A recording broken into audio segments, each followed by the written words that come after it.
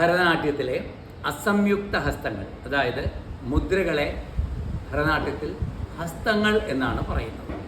അതിന് പല ക്ലാസിഫിക്കേഷൻസ് ഉണ്ട്.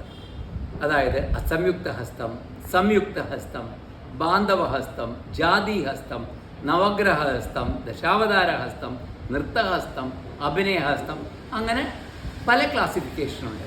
അതിലാദ്യമായിട്ട് നമ്മൾ പഠിക്കുന്നത് അസംയുക്ത ഹസ്തങ്ങൾ. Single hand mudras is known as അസംയുക്ത ഹസ്തം. ഒറ്റ കൈ കൊണ്ട് കാണിക്കുന്ന മുദ്രകൾക്കാണ് അസംയുക്ത ഹസ്തങ്ങൾ എന്ന് പറയുന്നത്.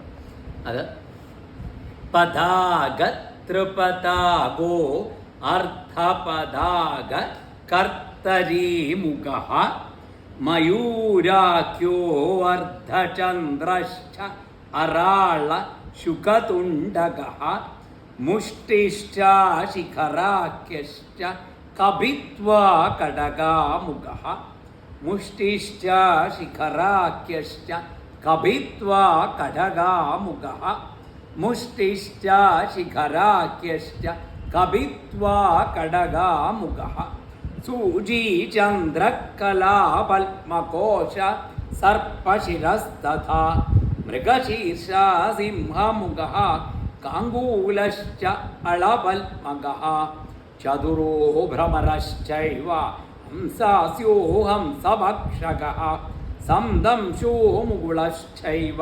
താമ്രചൂഡത്രിശൂലകഃ. ഈ മുദ്രകൾ പറയുമ്പോൾ ശ്ലോകരൂപത്തിൽ തന്നെ പറയാൻ ശ്രമിക്കണം, പഠിക്കണം. പിന്നെ നമ്മളോട് ഈ മുദ്ര എന്താണെന്ന് ചോദിക്കുമ്പോൾ കർത്തരി മുഖം എന്ന് പറഞ്ഞാൽ മതി. കർത്തരി മുഖ എന്നുള്ളത് നമ്മൾ ശ്ലോകരൂപത്തിൽ പറയുമ്പോഴാണ് പഠിക്കുക. പിന്നെ മറ്റൊരു കാര്യം, ഇത് അസംയുക്ത ഹസ്തങ്ങളാണ്, ഒറ്റ കൈ കൊണ്ടുകൊണ്ട് കാണിക്കുന്നത്. എങ്കിലും നിങ്ങൾ പ്രാക്ടീസ് ചെയ്യുമ്പോൾ രണ്ട് കൈയും കാണിക്കണം. അതല്ലെങ്കിൽ നിങ്ങളുടെ റൈറ്റ് ഹാൻഡ് കൊണ്ട് മാത്രം പഠിക്കുന്നവരുടെ ഒരു ബുദ്ധിമുട്ട്, അവരുടെ ലെഫ്റ്റ് ഹാൻഡ് മുദ്ര പെർഫെക്ഷൻ ഇല്ലാണ്ട് വരും. ഇപ്പം നിങ്ങൾ നോക്കിയാൽ കാണാം, ഈ കൈ എൻ്റെ ഈ കൈ വ്യത്യാസം കണ്ടോ? അത് വരരുത്. രണ്ട് കൈയും കാണിച്ചാൽ അത് വരില്ല. അപ്പം അതുകൊണ്ട് എപ്പം മുദ്ര പിടിക്കുമ്പോഴും രണ്ട് കൈയും, പക്ഷെ രണ്ട് കൈയും ചേർത്ത് കാണിക്കുന്നത് നെക്സ്റ്റ് കാറ്റഗറിയാണ്. അത് സംയുക്ത ഹസ്തങ്ങൾ എന്നാണ് പറയുക. അത് അടുത്ത് പഠിക്കാം.